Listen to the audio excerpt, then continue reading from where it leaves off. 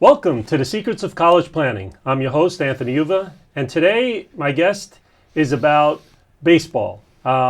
It's recruiting at the college level. My guest is Joe Kinney, and he's the head baseball coach at Lafayette College. And welcome to the show. Anthony, thank you for having me. Yeah, no problem. So usually I start my guests where they went to college. So where did you go to school? Well, my story is probably a little unique as it pertains to Lafayette. I went to Lehigh, which happens to be our arch rival. Lafayette-Lehigh is the most played college football rivalry. Yeah. So I played 4 years, graduated there, also went to graduate school there, and strangely enough, wound up at our arch rival for the last 17 years. Wow. So let's just go back first before we get to where you are today. How did you pick Lehigh? When I was in high school. Yeah. Quite honestly, a big impact was a high school football coach I had who played there and kind of set me up a little bit on the football recruiting side, even though I probably was not good enough to play football there. Baseball was always more of a passion and interest. I always felt I was probably a little bit better. Yeah. Had a little bit more success in high school maybe on the football field, but if you could say that. But he connected me with football coaches to visit, to see the place, like the school. I grew up in northern New Jersey, so it was a popular place for students to go. Reputation, obviously, academically was very good. And I got in and decided to attend and play baseball there as well. Wow, fantastic. So that was the only school you really were looking at? Or No, I applied to like probably not as much as a lot of guys today. Well, as a lot of students that maybe I come in contact with, 4 or 5 schools and got into 3 of them. Wow. Rutgers, being a New Jersey resident, Penn State. Penn State football back then was, really, really solid in the mid-'80s, and there was an allure to walking on, if you would, out there. I'm not sure I would have even gotten past the first day. And then a few smaller schools where I thought of possibly playing both football and baseball. Yeah, good. So you graduate from Lehigh, and then how do you go from there to head baseball coach at Lafayette? For me, coaching was never something like, I'm definitely going to do this, I'm going to school for this. And probably a lot of people, it doesn't work that way, as opposed to being an accountant or an attorney or something of that nature. My mother was in education, my father was an attorney, so I did have some education background in my family. I had always coached going through town scenarios, if you would. So I was playing in college. In college, you play in the summer. That's a big deal. But I was also coaching in the summer, in whether it be Legion or what was called a suburban league in northern New Jersey, and you could fit it around your playing schedule, etc. More as a hobby and a passion, quite honestly. But a couple things had an impact. 1987 was the fall of my senior year in college. There was a pretty significant stock market crash. Sure. For those that can remember that. And I was a economics major with pursuing a Bachelor of Science, that's what my degree is, and had interned for 2 summers with E.F. Hutton. And again, people my generation or older will remember one of the most famous commercials of all time. If E.F. Hutton talks, people listen. Yeah. So thought I was on the path to Wall Street, finance, big business, if you would. And had done some things to kind of put myself in place. So the stock market crash kind of prevented people like me from getting a lot of attractive jobs. Accountants got jobs, but the finance type people really struggled to get jobs that year, 87, 88. I wound up getting an opportunity at Metropolitan Life. It was going to be mostly a commission-based job. It was going to start in August. And that last summer, I was a typical college graduate going to the beach on the weekend. I was still playing baseball, still coached, on the summer, and just trying to enjoy life as best I can before the real world sort of kicked in August. And I get a call in July, and I remember it to this day, from a gentleman who was now the head football coach at my high school. He had been an assistant coach when I played and knew him very well and respected him and so on. And he asked if I wanted to be the freshman football coach. So this is at the high school level? At the high school level, at my high school, Columbia High School in Essex County, Maplewood, New Jersey. And again, baseball was always my interest. I'd never coached football. I played for 4 years in high school and enjoyed it. And I can remember talking to guys about kidding around. Hey, I'll be like an assistant football coach for this guy. I'd be the head baseball coach. You'll be the head football coach. And I talked to my parents. Obviously, I needed their support from a financial standpoint. I was able to live at home, work that out, and so on and so forth. So I passed up the job with Metropolitan Life, which again, it was commission based, but who knows what that would have led to, for a $2,000 a year stipend at the high school level. At the high school level, head coaching football position for the freshman team. And that kind of got me into the school, and I was able to become the JV baseball coach and did some subbing and some teacher's aide work that paid benefits, and did that for 2 years. And that kind of got me on a path to education, if you would. Went to graduate school back to Lehigh, where I was a GA, graduate assistant, where Lehigh paid for the education. I was a baseball assistant, which I always knew was my While major. you were going to grad school? Yes. Yep. Okay. Got my degree in 2 years there, and was planning on teaching and coaching in high school, most likely in New Jersey. And didn't have a job per se, but I had lined up opportunities to coach football, baseball, teach. Was getting ready to go on the interview process and had an opportunity to stay in college. In my situation, it was to go to the U.S. Naval Academy and be an assistant coach there. It was an interesting situation. The head coach was retiring, so on and so forth, but it was Division I. It was a school I had always played against in college. I think 4 of my years we played against them, and then we played them that year when I was at Lehigh as well. They were also coming into the Patriot League at the time, of which Lehigh was a charter member and Lafayette is a charter member. So I had familiarity with them, and maybe the head coach at least knew I was a young assistant. That might be someone that would be interested in coming down there. So I decided to do that, and at least from a career standpoint, probably the best decision I ever made. I was there for 7 years. We were highly successful. The best team in the Patriot League over that 7-year period. I got married while I was there, bought my first house, had my first child. Annapolis, Maryland was a really nice town to live in, not too far from home, but a little bit away, so kind of be on your own. Yeah. And and then you're an assistant coach at the college level. A goal often is to become a head coach. And often your best opportunities are going to be in your conference, number one, and then probably at places that are making a change. Sure. Because things maybe weren't going as well as they would have liked. And that's sort of what led me to connect with Lafayette. They were looking for a head coach. I applied. We happened to go to an NCAA tournament that year. That was the '99 season. And we get back. We were in Alabama in an NCAA regional, and get a call from Lafayette to come interview, and I did. And there you are 7 years later. 17 years later. 17 years at later. Lafayette. Wow, fantastic. So let's go into baseball and at the high school level. What do kids need to go on to college and play baseball at the college level? Well, obviously you need the academic ability to get into the schools that you're looking at. If you would, that's certainly the most important piece of the recruiting process. There's NCAA guidelines, and then at Lafayette and many of the schools that we compete with in our league and beyond have academic standards that are often even higher than the NCAA standards. So we're looking at test scores, we're looking at transcripts, classes that students are taking, obviously the performance in those classes, and communicating with our admissions office to see if we can get these students in. That's probably the big piece. Another big piece is managing cost. Higher ed is not cheap, particularly a private school like Lafayette. So looking at aid that a student may qualify for, obviously possible scholarship scenarios based on their ability is a big part in trying to make the school as affordable as we possibly can. Baseball is certainly important. As a baseball coach, we're going to look at the abilities, but the academics are a given, and if it's not affordable, it's not going to work. So you try to identify those pieces really early in the process. Baseball is a growing process. Obviously, we're starting to talk to people when they're still younger in high school, sophomores maybe, sometimes even earlier, depending on the student.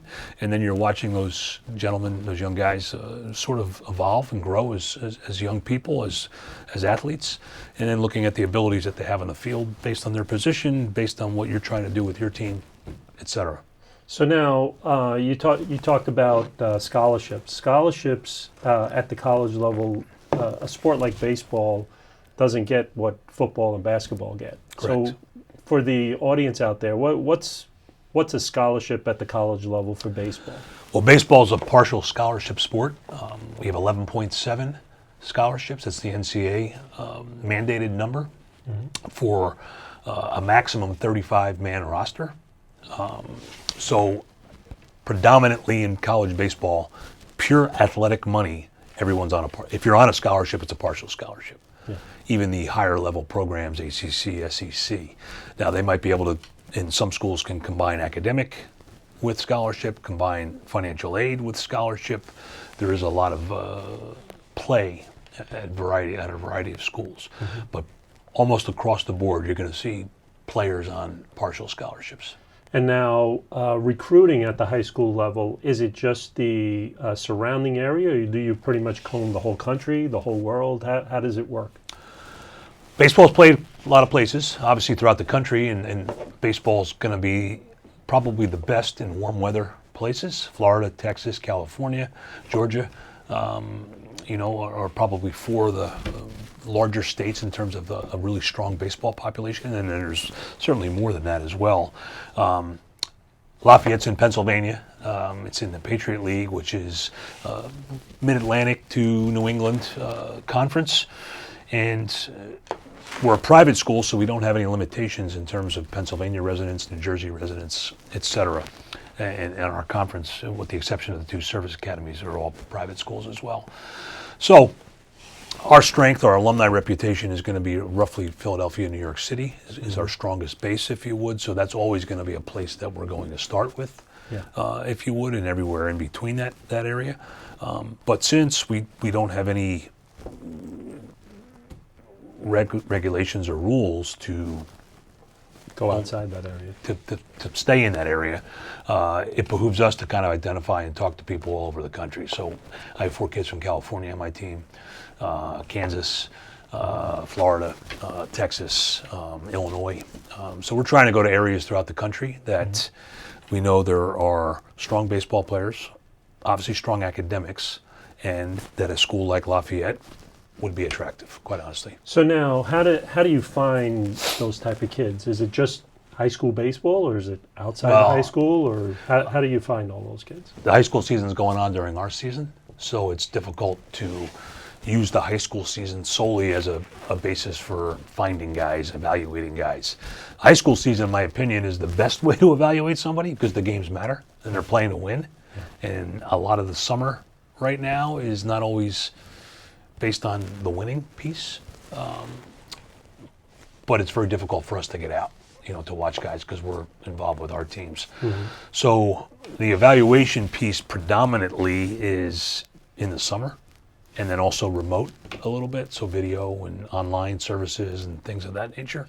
So we're spending a lot of time in the summer at a variety of events, local and beyond, to identify guys, to watch young guys that we've been in contact with, and ideally more than once, because baseball, you could go to a game and a guy may have 4 at-bats and may swing the bat 3 times and walk or what have you, and you don't get a really great sense of what they're doing offensively, or may not get a ball hit to them or something of that nature. So you're trying to identify opportunities to see somebody and evaluate them as much as you possibly can. So now at the college level, is it more the opportunities that are coming up in that particular position that you're recruiting? So let's say if you have a lot of second basemen and shortstops and outfielders graduating, is that what you look for that particular year, or do you comb for anything, first base, third base, whatever? Baseball at any level starts with one thing: guy in a mound. So pitching is always the foremost thought in the recruiting process, in major league free agency, in the draft, et cetera. So that's always a given in our recruiting. If you would, you're looking to bring in a number of pitchers every year. College baseball, you have a roster of 35 guys, Division I, and your average pitching staff is probably around 15 guys. So that means if you do the math, that's roughly 4 guys a year. And a lot of my competitors are probably doing something similar, if you would. For position players, you're probably doing something roughly the same every year. You need catching. You can't just have one catcher, so you might look to bring a catcher in every year. You're probably bringing in at least one infielder every year, at least one outfielder every year, and then you may double up on a position, particularly infield, outfield, depending on maybe who's graduating, et cetera. Gotcha. But if you're looking at a roster of 35 guys, you're probably looking at bringing in 9 to 10 a year, quite honestly, because there's going to be some attrition, injury, et cetera. So you'll balance 2 outfielders one year, 1 infielder, 2 infielders the next year. So at the college level, how does it work for baseball? Is it an all year round type of sport? Can you take me from when the kids get there? Is it in August? Is it in July? Do they start in September? Give me from month to month how it works at the college level for baseball. Division I athletics is year round. We have rules that govern what we can do when the students are in school, and rules that we have to adhere to when they're not in school in terms of our contact with them or our ability to work them out. But starting when they report to school, which for us is late August, we have essentially a 45-day period in the fall where we can have a fall season where we're allowed to go 20 hours a week.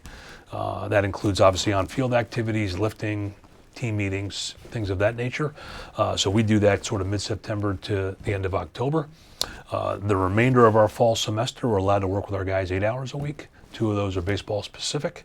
So our hitters are doing some things, our pitchers are doing some things. And is there games in the fall as well? There can be. That depends on each school and how they decide to utilize the allotment of games that we have. 56 is the number. And if you play in the fall, it deducts from your number in the spring. And then once you get to November, December, what is the students do? Finals. We have to shut down a week before finals. We can't do anything during finals in your off-season period.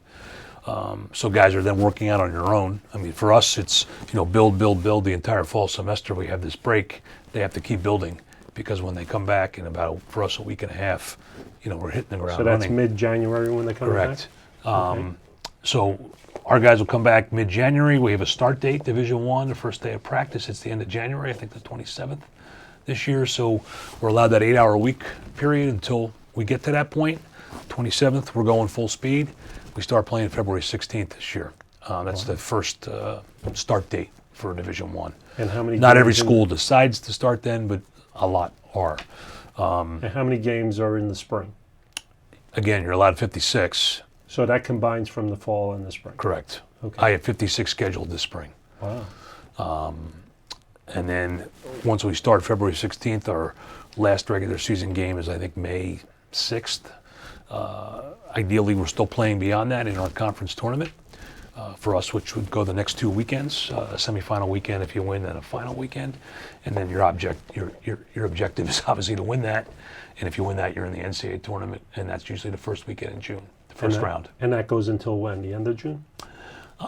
So the way the NCAA tournament works, we have the regional round, which is the first week of June, and the 16 winners, they're sort of seeded, will advance to the next round, which is called the Super Regionals, and they match up against another regional winner in a 3-game series, and then the winners of those 8 Super Regionals advance to Omaha, which for college baseball is the pinnacle of what we do. For the College World Series. So potentially that's the end of June, early July. So potentially you could be playing baseball all the way until the end of June, beginning of July. You could. Starting again back at the end of August. You could. I mean, for a school like Lafayette, and quite honestly, a lot of our competitors, to get to Omaha, that's certainly a pretty tall mountain to climb. Sure. If you would.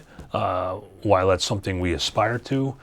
For us, we focus mostly on our conference, and then if we can get in, then try to make some hay while the sun shines when you get in. But the other thing, college baseball, you're playing in the summer too.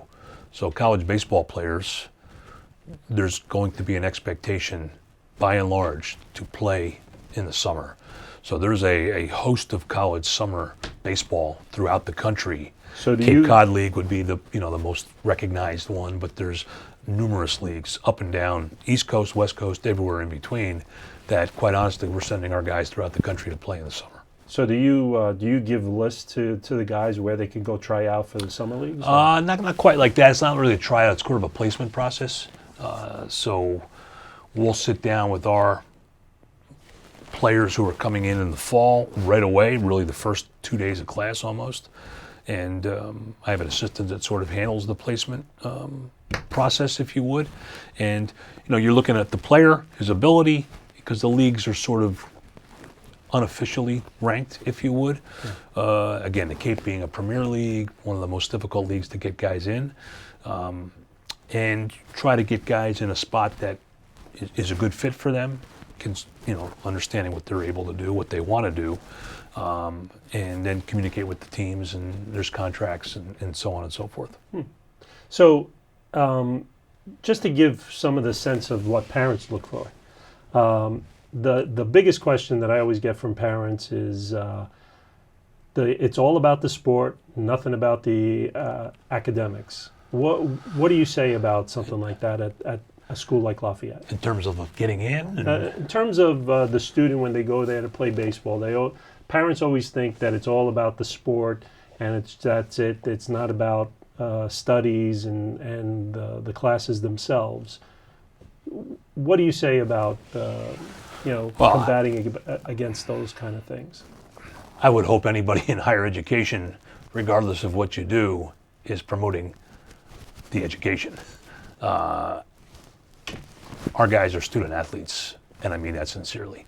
I do have some guys on scholarship. I want to win. I'm going to work them to the extent of the rules, demand a lot, have high expectations, no doubt about it. But they're going to class, and they're going to graduate. And at Lafayette, they're going to graduate in 4 years. And if someone does not take that seriously coming in, then quite honestly, we don't want them. Because they're wasting our time, they're wasting their time, they're also wasting a heck of a lot of money. And that doesn't make sense. I have some guys playing pro ball. That's tremendous. Yeah. But most of my guys are, as they say on TV, you probably heard the commercial, they're going pro in something else. Yeah.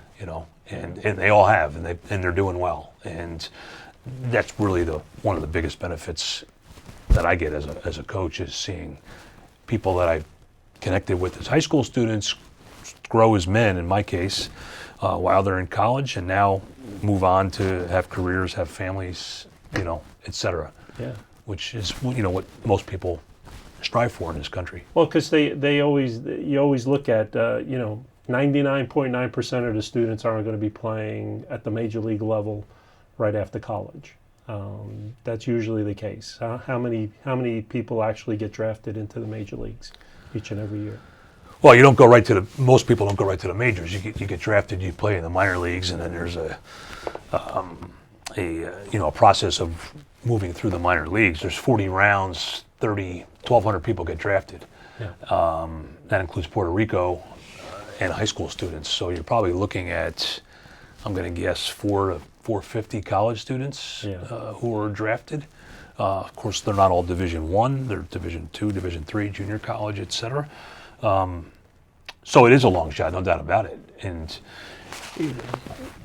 everybody can aspire. That's great. I want to play in the big leagues, and I wanted to do that too. And there comes a point in time where you start to realize it's probably not going to happen. But you go at things hard. You hopefully enjoy doing what you do. You like the competition, the strategy of the game, certainly teamwork, teammates, the bond that you develop with people. And some guys' abilities do develop. And when that opportunity comes, hey, take advantage of it. So tell me a little bit about Lafayette College. What interests kids to come to Lafayette College? Well, I touched on it a little bit. Our academic reputation, I think, is very strong. Higher education is certainly very competitive, and you have a lot of schools that are trying to create their niche in a crowded marketplace, if you would. And at Lafayette, we've really worked hard, and I say we, meaning the entire school, our administration, faculty, et cetera, to maintain a niche that we have in higher ed, which is a small liberal arts college for about 2,400 students, only undergraduate, that happens to have a really, really unique and strong engineering program. And then also happens to play Division I college athletics. So there really are only a handful of schools in the country that can lay claim to those characteristics that Lafayette has. So it's somebody that's going to want a more hands-on approach to their education. Certainly it's an opportunity and an environment, I think, that you can make your own name but it's really hard to kind of be hidden, throughout your 4-year experience as an undergraduate student, where you go to a larger university where you can get a great education, no doubt, but the opportunity to sort of hide in the shadows, I think, certainly exists. Not going to happen at Lafayette. So you're looking for interaction with faculty, you're looking for interaction with support staff, the ability to get assistance when you need it. You're going to graduate in 4 years. You're not going to need 5 years to graduate. Opportunities to do co-curricular or extra activities beyond the classroom, summertime, or right now, this is an interim period for us. Study abroad, that's not really something student athletes can do quite a bit, but it's a big part of our student body doing that. Community service, etc. Well, we're coming to the end of our show, and usually I ask my guests at the end, what advice do you want to give to parents out there that their sons are interested in going to college to play baseball? What advice would you like to give to them? I think the biggest thing for young people and for the parents let their children, in my case sons, take ownership of the process. Major turnoff for a parent who's driving the recruiting process, driving the college search process. Parents need to be involved, there's no doubt about it, particularly when it comes to the finances and things like that. But the communication piece, whether it be phone calls, emails, even on a visit, etc., let the young person, the student, drive the process, as opposed to the parent sort of being the lead role in the process. The parent needs guidance and etc. That can be kind of done in advance on the side, but parents that are dominant are concerning, quite honestly. Great. Well, thank you very much for coming on the show. You're welcome. Thank you. So you've been watching The Secrets of College Planning. I'm your host, Anthony Uva. Until next time.